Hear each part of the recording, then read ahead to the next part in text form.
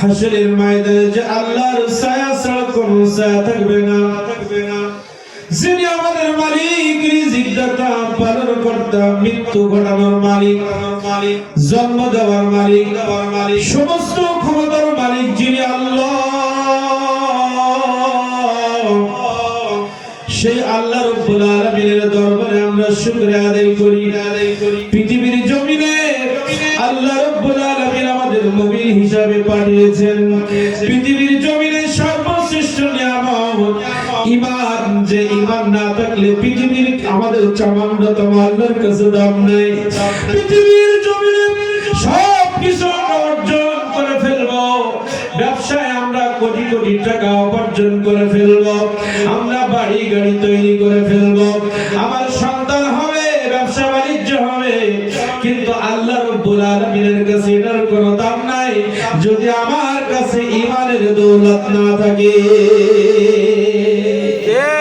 আল্লাহ রাব্বুল আলামিন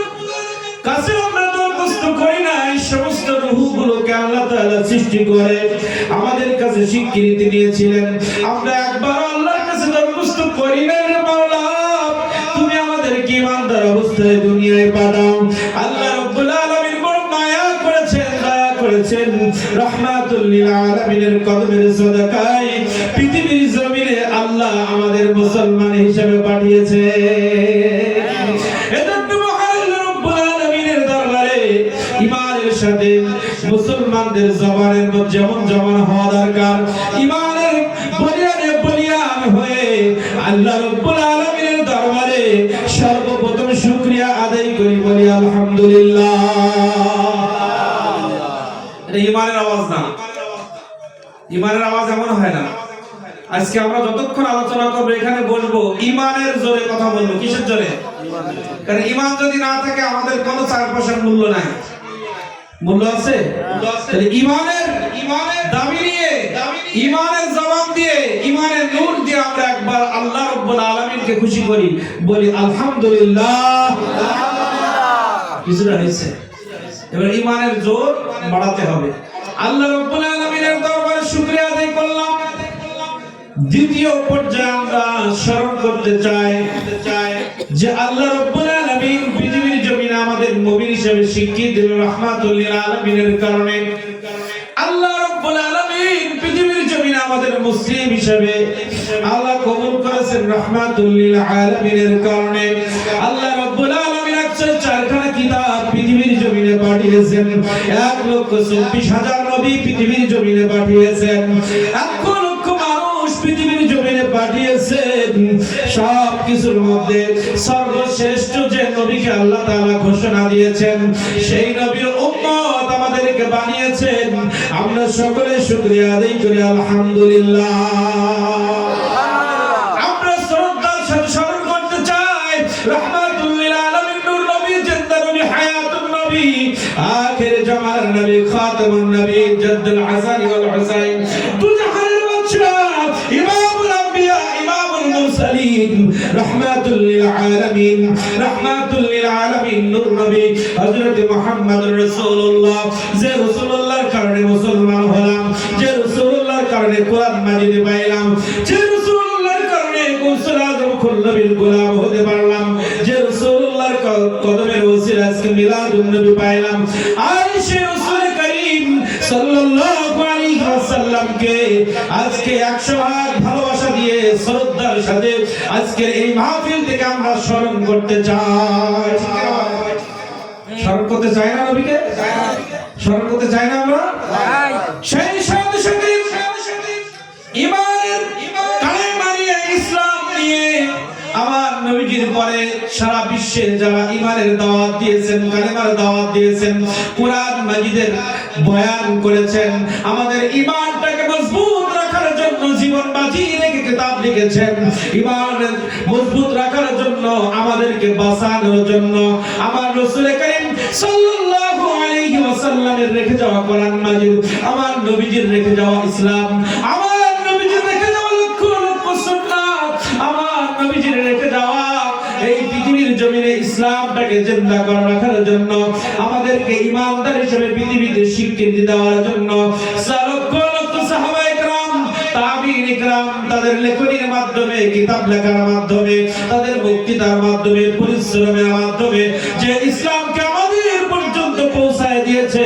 আজকে এই মিলাদুন নবীর অনুষ্ঠান থেকে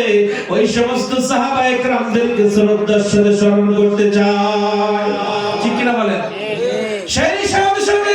তাবিঈন তাবিঈন খোলাফা রাশিদিন নামের মুস্তাহিদিন সালফে সালেহিন মুফাসসিরে کرام মুহাদ্দিসে کرام ফুকাহায়ে کرام শুহাদায়ে کرام যারা ইসলামের জন্য দ্বীনের জন্য কাজ করেছেন তাদেরকে আজকে আমরা শ্রদ্ধার সাথে স্মরণ করতে চাই সেই সাথে সাথে এই বাংলার জমিনে যে সমস্ত আউলিয়া کرام ইসলাম নিয়ে এসেছিলেন যে আউলিয়া کرامের কদমের সাদাকায় যে আউলিয়া کرامের লিখনের মাধ্যমে বক্তব্যের মাধ্যমে জীবন বাজি রেখে ইসলাম প্রচার করেছেন যে আউলিয়া کرامের কারণে আজকে আমরা এখনো পর্যন্ত মিলাদুন নবী নামক নিয়ামত পেলাম যে আউলিয়া کرامের মেহনতের কারণে মুসলিম হতে পারলাম যে আউলিয়া کرامের কারণে আজকে আমরা মসজিদ পেলাম যে আউলিয়া کرامের পরিশ্রমের কারণে আজকে মাদ্রাসা নামক মাদ্রাসা পাইলাম যে আউলিয়া کرامের পরিশ্রমের কারণে আজকে আমরা ইমানদার হিসেবে আল্লাহ রাব্বুল আলামিনের দরবারে স্বীকৃতি লাভ করলাম সমস্ত আউলিয়া کرامকে আজকে এই মাহফিল থেকে আমরা শ্রদ্ধার সাথে স্মরণ করতে চাই ঠিক কি না বলেন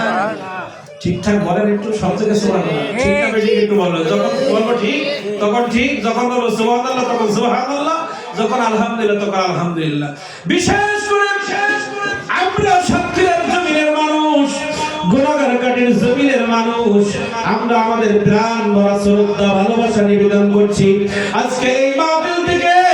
আমার গৌসুল আজম খুলনবী রাহমাতুল্লাহ আলাইহি এই জামানা এই জগৎটা এই এলাকাটা এই ভূখণ্ডটা ছিল বন জঙ্গল এই ভূমিটা ছিল মুশরিকদের হাতের ভিতরে ছিল তাদের আন্ডারে ছিল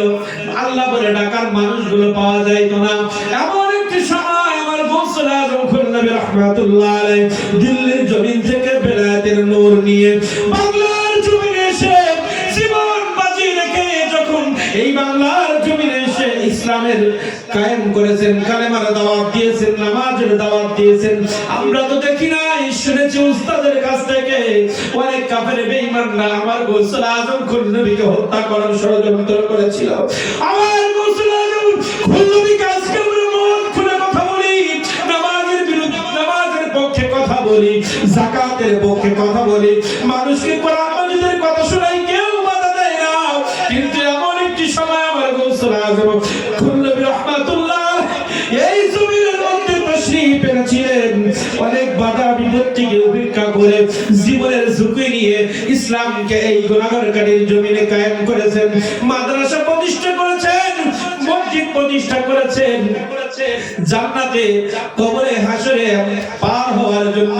কবরের আযাব থেকে মুক্তির জন্য কিয়ামতের কঠিন ময়দানে সবাই নিয়ে জান্নাতে যাওয়ার জন্য সবথেকে বড় মাধ্যম হচ্ছে নবী প্রেম এই নবী প্রেম যিনি আমাদেরকে শেখাইলেন তিনি আর কেউ না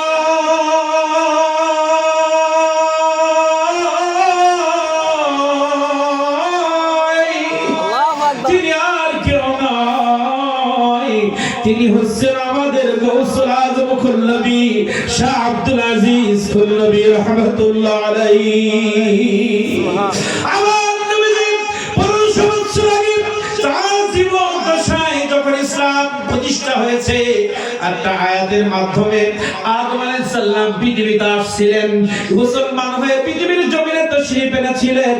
1,24,000 মতান্তরে 2,24,000 নবী পৃথিবীতে ঈমানের দাওয়াত দিয়েছিলেন কালেমার দাওয়াত দিয়েছিলেন আর তারা সকলে মুসলমান ছিলেন আমার নবীজি পৃথিবীর জমিনে যখন আসছেন আল্লাহ রাব্বুল আলামিন ইন্তেকালের আগে ঘোষণা দিলেন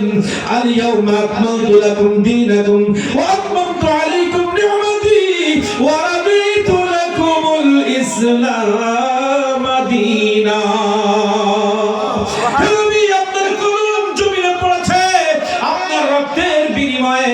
আপনার জীবনের বিনিময়ে আপনার ইসলাম প্রচারে আমার প্রতি শ্রদ্ধা ভালোবাসায় আমি আল্লাহ আপনার প্রতি এত রাজি হয়ে গেছি এত খুশি হয়ে গেছি আজকে আপনার জীবন দশায় যে যেটা আমি আদম আলাইহিস সালামকে আদমকে দেই নাই, আমি মুসাকে দেই নাই, আমি ঈসাকে দেই নাই, নূহকে দেই নাই, লূতকে দেই নাই, ইব্রাহিম ইসমাঈল কাউকে দেই নাই। যে ঘোষণা আমি মুহাম্মদুর রাসূলুল্লাহ আপনাকে দিচ্ছি সেটা হচ্ছে আল-ইয়াউমা আকমালতু লাকুম দীনাকুম ওয়া আতমামতু আলাইকুম নি'মাতি ওয়া রাদিতু লাকুমুল ইসলাম দীনা। আমি ঘোষণা দিলাম আপনি নবী মুহাম্মদুর রাসূলুল্লাহর কদমের সাদাকায় আজকে দিন ইসলাম পরিপূর্ণ হয়েছে। সেই নবীর ঘোষণা আমি পৃথিবী থেকে চলে যাব, ফিতনা আমার নবীর জামানাত থেকে শুরু হয়েছে। আমার নবীজি ঘোষণা দিয়েছেন কিয়ামতের আগ পর্যন্ত আমাকে বিশ্বাস করা মুসলমান, আল্লাহর প্রতি ঈমান আনা মুসলমান গুলো বিভিন্ন দলের শয়তানের কুমন্ত্রণায় অর্থের গরম দেখাতে গিয়ে, ইলমের বড়াই করতে গিয়ে, ক্ষমতার লোভে, অর্থের লোভে, জ্ঞানের অহংকারের কারণে কিছু কিছু ব্যক্তি পৃথিবীর জমিনে আসবে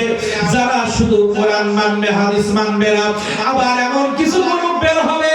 যারা হাদিস মানবে, কোরআন মানবে না। কেউ বলবে আমরা আহলে কোরআন, কেউ বলবে আমরা আহলে হাদিস, কেউ হবে লামুজাব, কেউ হবে বিভিন্ন দলে তারা বিভক্ত হয়ে যাবে, বিভিন্ন ফিরকার মধ্যে তারা চলে যাবে, বিভিন্ন ফিরকা তারা সমাজের মধ্যে তৈরি করবে। এই ফিরকার মধ্যে একটি মাত্র দল যারা আমার সাথে জান্নাতে যাইবে, আমি নবী ঘোষণা দিয়ে গেলাম সেই দলটির নাম আহলে সুন্নাত ওয়াল জামাত। বাংলার জমিনে যারা ইসলাম প্রচার করে সবাই আহলে সুন্নাত ওয়াল জামাতের ব্যানারে আমার নবীজি রেখে যাওয়া ইসলাম প্রচার করে, আল্লাহর দেওয়া ইসলাম তারা প্রচার করতেছে। আমার নবীজি ঘোষণা দিয়েছেন আহলে সুন্নাত ওয়াল জামাতের আকীদার মধ্যে তুমি যদি না থাকো, তোমার ঈমানের ভিতরে আহলে সুন্নাত ওয়াল জামাত যদি না থাকে, ওই ঈমান দিয়ে, ওই নামাজ দিয়ে, ওই ইসলাম দিয়ে তুমি কোনদিন কালেও জান্নাত পাইবা না।